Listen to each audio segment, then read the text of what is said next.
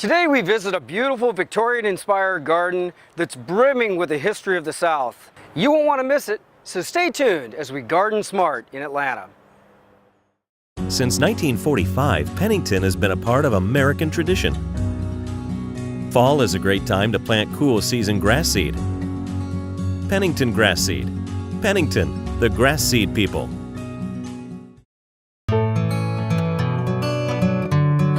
Bring the outdoors into your everyday life. Bass Pro Shops can outfit all your adventures, even those in your backyard. Bass Pro Shops, your adventure starts here.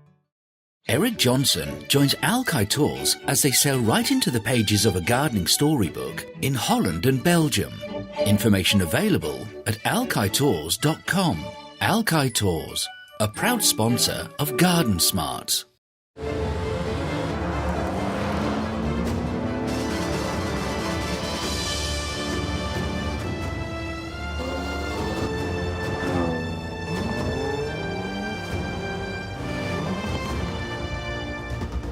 The Jaguar F-Pace.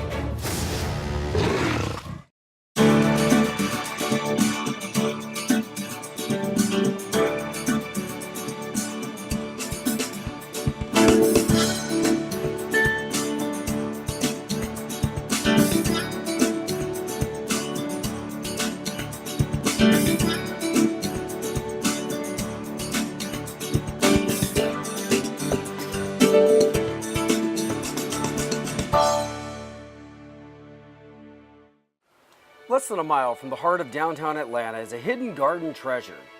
Oakland Cemetery, founded in 1850, is the final resting place of many of Atlanta's settlers and most noted citizens like Bobby Jones and Margaret Mitchell. It is also a showplace of sculpture and architecture and a botanical preserve with ancient oaks and magnolias. Here in this peaceful place, the full scope of the city's rich and fascinating history unfolds before you. From early builders to Civil War soldiers to leaders of industry to civil rights pioneers, no matter where you turn, history surrounds you. It is a shining example of the rural garden cemetery movement in the 19th century. The garden cemetery featured winding paths, large shade trees, flowers and shrubs, and appealing vistas. The garden cemetery concept was a forerunner of public park development in America. Today, Oakland Cemetery is still used as a park for the community and is a valued green space in Atlanta. It is also a repository for stunning art and architecture. Elaborate mausoleums, soaring sculptures, and effusive inscriptions speak of an age when the bereaved found consolation in extravagant expression. Impressive art and architecture can be seen in many styles: Victorian, Greek Revival, Gothic, Neoclassical, Egyptian, and Exotic Revival. Several mausoleums feature stained glass windows from Tiffany Studios. Bronze urns over 6 feet high were cast at Gore Manufacturing Company in New York, the first art foundry in America. Today we walk the grounds with Sarah Henderson, who is the Director of Gardens at Oakland Cemetery. Sarah's been a lifelong gardener and is a frequent lecturer throughout the Southeast. She has spent years overseeing much of the renovation of the garden, which started in 2007, and has poured tremendous love and passion into every corner of the garden's vast footprint. Her job is a unique blend of horticulturalist, historian, and park manager as she navigates her many roles at Oakland Cemetery, and we're excited to have her share her considerable knowledge with us today.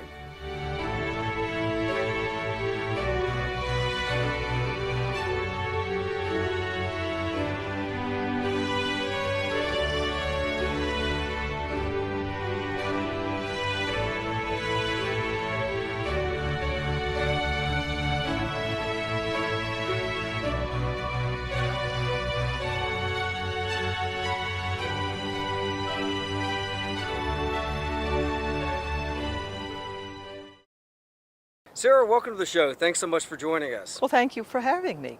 This is a really unique opportunity for us. We are oftentimes shooting large gardens that are very cohesively planned. Of course, at a cemetery, we're looking at, I guess you could call it more of a collection of gardens that have very unique personalities from each plot. Truly, the Victorians bought their lots fee simple, and each one gardened it, all on their own, whatever they wanted to do. So it was more like a quilt or a neighborhood than a unified landscape. Let's talk about some of the plants that are grown here at Oakland Cemetery. Many of them are very old, and also many of them are symbolic plants, so they had meaning to the family that installed them. Exactly. We try to use a lot of the heirloom plants. We can't use all of them, can't get all of them, but we do try to reflect their usage and use modern cultivars that reflect a similar style. We also use the language of flowers a lot. Victorians were big on that, and so things like rosemary was for remembrance, and the fastigiate trees were pointing towards heaven, and lilies and palms were resurrection. And so, when we approach each lot, we come in and we try to put ourselves in the position of being a family member, and what might we have planted, what might we like, and we take clues from what they did on their tombstones. Did they carve roses, for example, or whatever? We, in general, try to get creative with what few clues we have to work with. So let's talk about the growing conditions at Oakland Cemetery. When we think about the southeast, much of it is compacted red clay. Of course, this is a very old site, and what we would have seen 150 years ago, 200 years ago, would have been this nice, rich, sandy loam, and that's what most of the old sites in Georgia are that have not been disturbed, and I'm assuming that's what you have here. We do. We have a very sandy soil here, maybe even sandier than sandy loam at times. It can be difficult when the droughts come to keep it moist. But when they built Oakland, as the families built these walls, they had to fill in behind them with something. And down the hill was a creek. And so many of the workmen, we believe, just went down there with their horse and cart. We've got to go back a few years here, and would haul up a load of sand and fill it in with that. So we have extremely good drainage. Our real challenge here is to keep enough water on things rather than to keep things from rotting. That's a great foundation for a garden. It is, unless you want to grow hosta.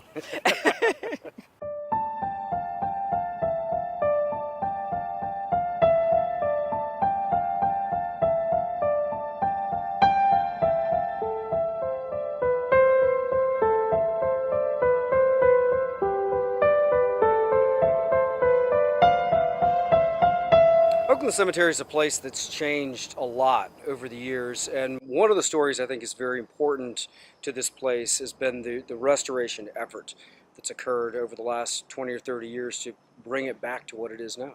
Right. As you know, Oakland was founded in 1850, probably hit its heyday in the 1880s. That's when most of the mausolea and such were built. And it was fine up through about World War I. And then things started going downhill. The women went to work. Most of them had tended the gardens, and styles changed to more a lawn-oriented cemetery. And by the 50s or so, certainly by the 60s, it was really in disrepair. More through neglect than anything, but there was an abandoned area will get a little bit of everything. And in 1976, a group of families got together and founded the Historic Oakland Foundation to restore, enhance, and share Oakland with the public. And it's taken a long time and a lot of money raising, but they really have been doing a great job. And I started working on the gardens here in 2009 after some of the areas the money had been raised and the areas had been restored. And restoration has to be done very slowly because it's done to the National Park Service's rules for preservation. Proper mortars, proper techniques, and so forth. Then the gardens can come in once the restoration work is finished. And so we come into an area that is basically a construction site that has been emptied out, bare dirt. And so it gives you an opportunity to bring new plants and new life to that area. And I'm sure there are thousands of plants that you could consider. You're using a number of new cultivars, yes, blended in with some of these more traditional Native American plants. What are some of the plants you particularly like to use? Well, we use quite a few, like the hydrangea paniculatas, because they love our hot, sunny conditions and such. We do showcase a lot of the newer cultivars, but we have grandiflora and some of the old ones in places also, because we want to show people the diversity that's available out there. When I started, one of the things that really surprised me was the breadth of plant material that I could use.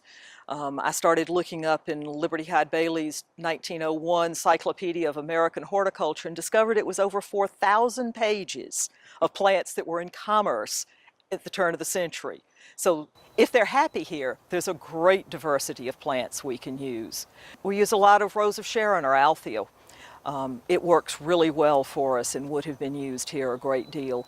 We use Vitex, which is one of our favorite small trees. It can be limbed up very successfully, and it's just about finished blooming now, but we can go back in now and trim it back and it'll rebloom again in late summer. So since we're a public garden and open year-round, it's good to have something that wants to bloom in August and September.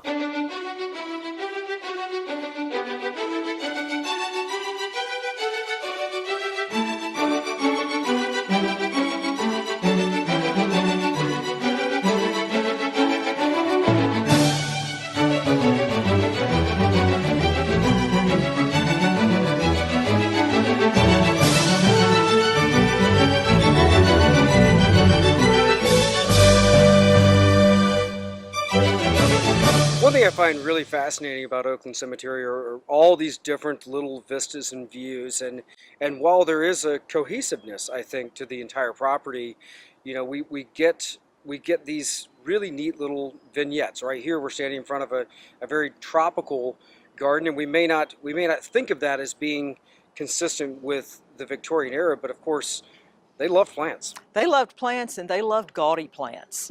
They paid lots of good money to send explorers out to find the newest and the greatest and the showiest of the plants and bring them back for their gardens. So we use a lot of that here. We truly were a little surprised ourselves when we started realizing exactly how much of that they had used. In fact, we have a postcard that's postmarked 1908.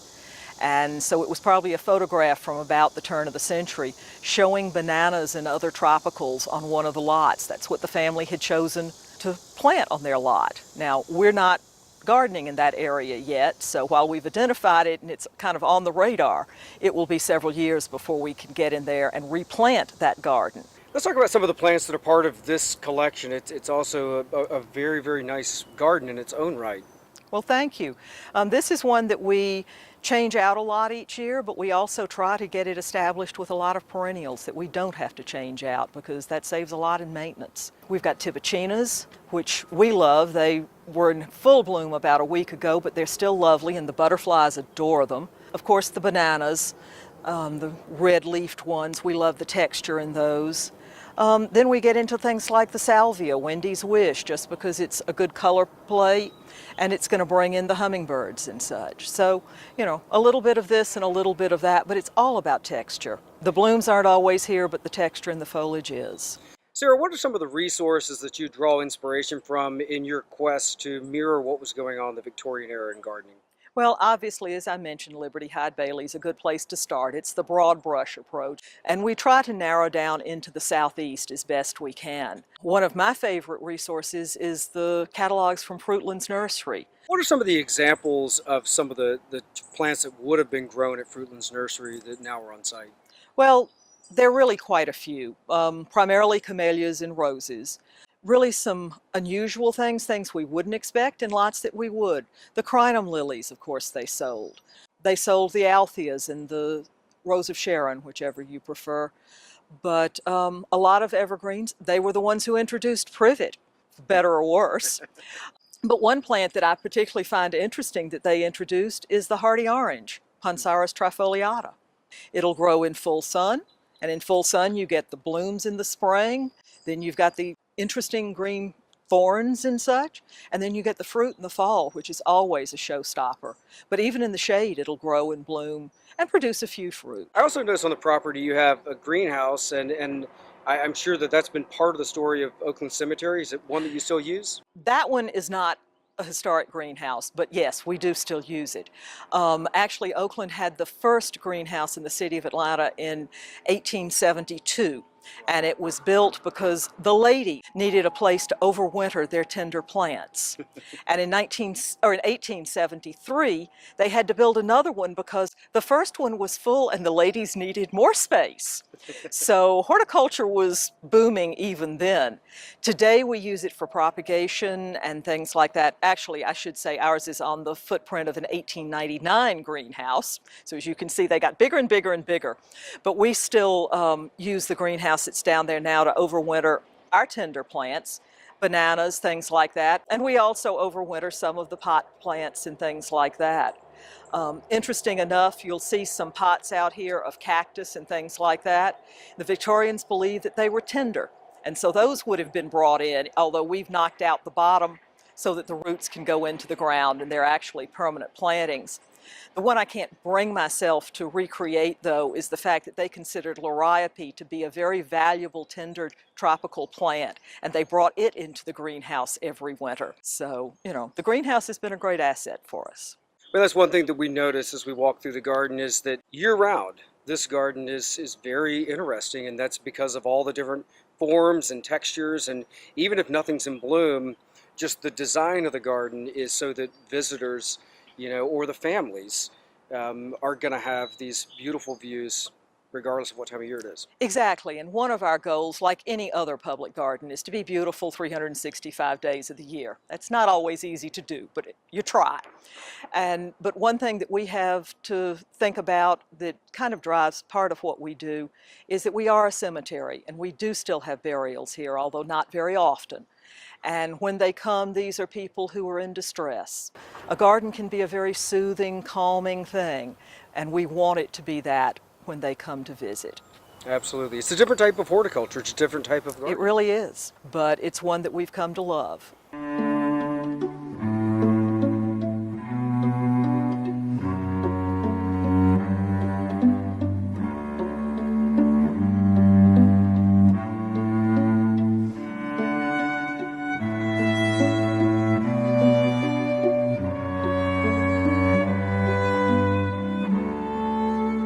Structurally, with old cemeteries, one of the things that's most important are the big trees. And cemeteries oftentimes are a wonderful repository of plant genetics that go back a long, long time. Many of these trees well over 100 years old, and it's interesting to me to walk through and see, you know, these plants that would have been used in gardening a long, long time ago. Many of them are the natives that we know well from this era, and but also, you know, there are many unusual plants that have survived because cemeteries are protected spaces. Well, this is very true, Eric, and we do love our mature trees. We may not have as many as we would like because of a variety of reasons. The walls limit the root spread. There's poor drainage at times. Some places are sandy, some the drainage is bad, and the urban pollution that's happened in the last few years. But we do have many. One of our favorites are the southern magnolias. We have quite a few of those, and they're really, they speak of the South and they speak of the Victorian era. But we also have, you know, a variety of oaks and other wonderful native trees. That said, we also have lost quite a few, and in March of 2008, we had a tornado land in Oakland in 2 spots and take out over 110 mature trees. Oh, wow. So we have a lot of space where we've been planting new and different varieties. So what are some of the trees that you're particularly excited about, and maybe some of these new selections that, you know, where you're now adding to the collection of plants here at Oakland? Well, in a way, it's been one of the fun things about this job is trying to juxtapose the old and the new. So we try to start with the native trees, with the native species, and with the plants that we know the Victorians gardened with. But then we do add the new and different that have, you know, nice attributes. I mentioned the southern magnolia. One that we're watching and hoping we're going to continue enjoying is a southern magnolia, but it's called Baby Grand. It's not supposed to get over 10 feet wide. Oh, wow. So far, it's holding up really well. When it comes to oaks, we have expanded the palette from just native oaks, and the Quercus roburs have been a good choice here. One that we really are kind of having fun watch is one of the variegated forms. but we also have a gold leaf form and a fastigiate form and others. So one thing I would say, an additional gardening challenge that you have with all of these large trees is the understory plantings.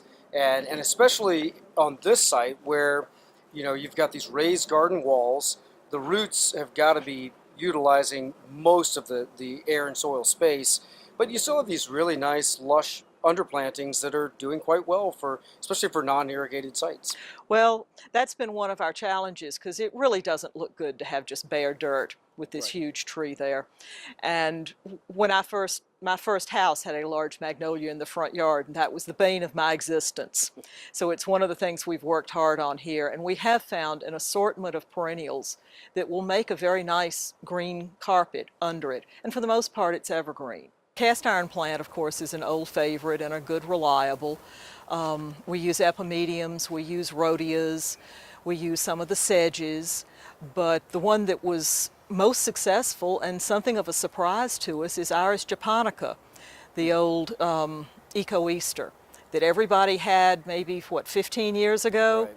And it took over their gardens, and now they're pulling it out and giving it to us.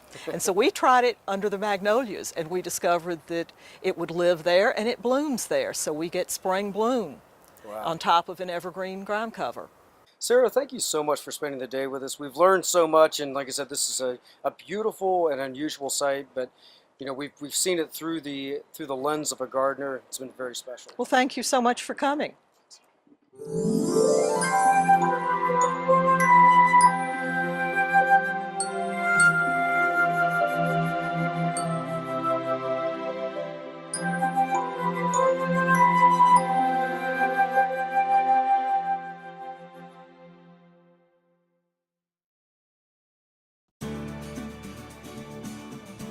Each week we travel the country north to south, east to west, visiting some of the most exciting gardens, as well as talking to industry horticulturalists about design principles, new plants, and also how you can be more successful with your home garden.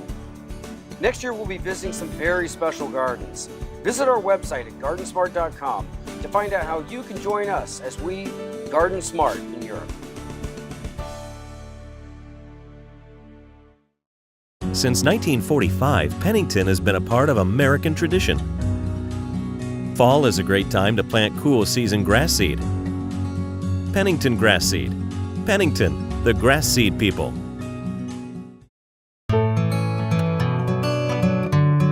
Bring the outdoors into your everyday life. Bass Pro Shops can outfit all your adventures, even those in your backyard. Bass Pro Shops, your adventure starts here. Eric Johnson joins Alki Tours as they sail right into the pages of a gardening storybook in Holland and Belgium. Information available at alkitours.com. Alki Tours, a proud sponsor of GardenSMART.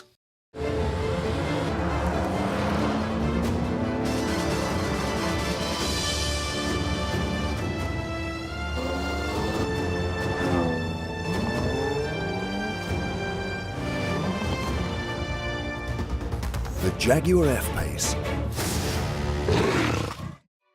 Today we visited a historic cemetery right in the heart of Atlanta, and we also looked at the many unique challenges to this type of gardening, as well as the many plants that give this place its wonderful personality.